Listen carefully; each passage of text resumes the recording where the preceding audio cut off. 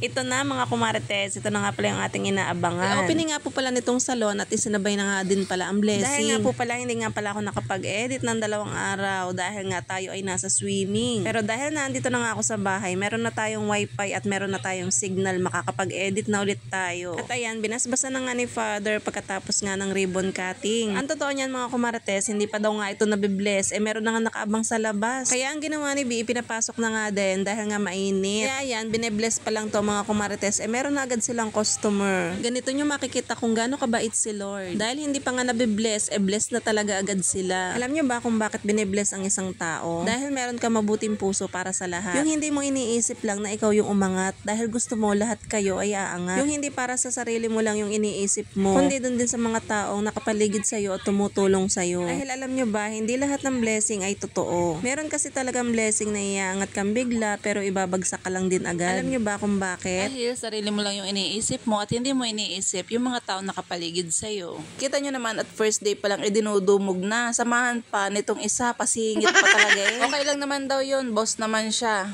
Boss. Charot. Dawen, bumalik ka na nga dun sa pwesto mo at magkahaka na. Ngayon po, talagang kulang na kulang pa sila sa staff. Dahil sa totoo lang, 3 pa lang talaga silang maalam dito. Pero for sure naman mga kumarites, madadagdagan pa nga sila. Dahil nga new management na, tanggal na lahat ng mga toxic.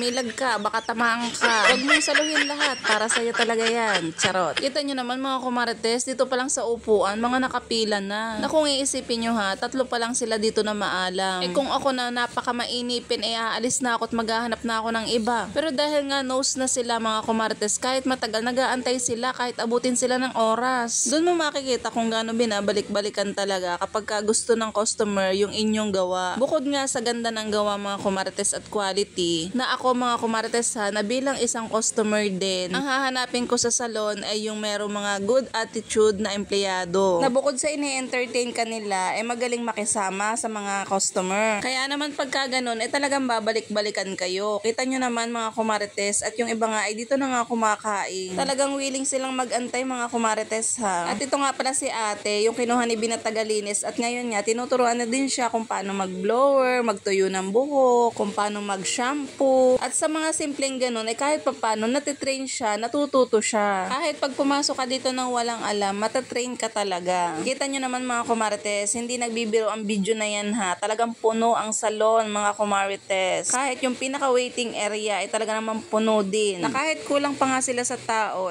kinakaya naman mga kumarites. Kaya mapapabilis din talaga ang isang trabaho kapag ka nagtutulungan talaga. Grabe naman yan, B. Masyado mo kasing ginagalingan. Masyado mong ginagalingan kaya nakikilala ka ng mga customer. Bukod po kasi sa maganda na, matalino, mabait, magaling makisama, hindi toxic katrabaho, mabait na nanay, sadyang maalam sa buhay mga kumarites. San ka pa? Dito ka na sa MCA Hair Salon kasi mabait at maganda yung may-ari. Ganun talaga mga kumarites. Totoo naman lahat talaga naman ang sinabi ko. Hindi lang din talaga natin maiiwasan na kahit gaano kabait pa ng isang tao, meron talagang taong maiinggit at maiinggit. Sabi nga daw pagka ganun, pag inggit, pumikit. Kaso'y kirat, paano pipikit? So ayun, dead man na lang talaga sa mga bashers. Ang mahalaga naman dyan ay mag-focus tayo sa goal natin sa buhay. Dahil panigurado, pag umangat si B, kasama niya lahat ng kanyang mga empleyado. Lalo na dun sa mga taong alam niyang totoo sa kanya. At alam ko, hindi niya sila pababayaan. Kaya ang mahalaga ngayon ay mag-focus na lang sa kanilang business at mag-focus kung ano yung meron sila ngayon. At ayan nga, ito nga po pala si Maxi. Shoutout nga pala kay Maxi. Hanapin nyo nga po pala siya dito sa salon. Alam siya maggupit, mag-reband at tumambling. Siya mga kumarites, hanggang dito na lang muna. Bye!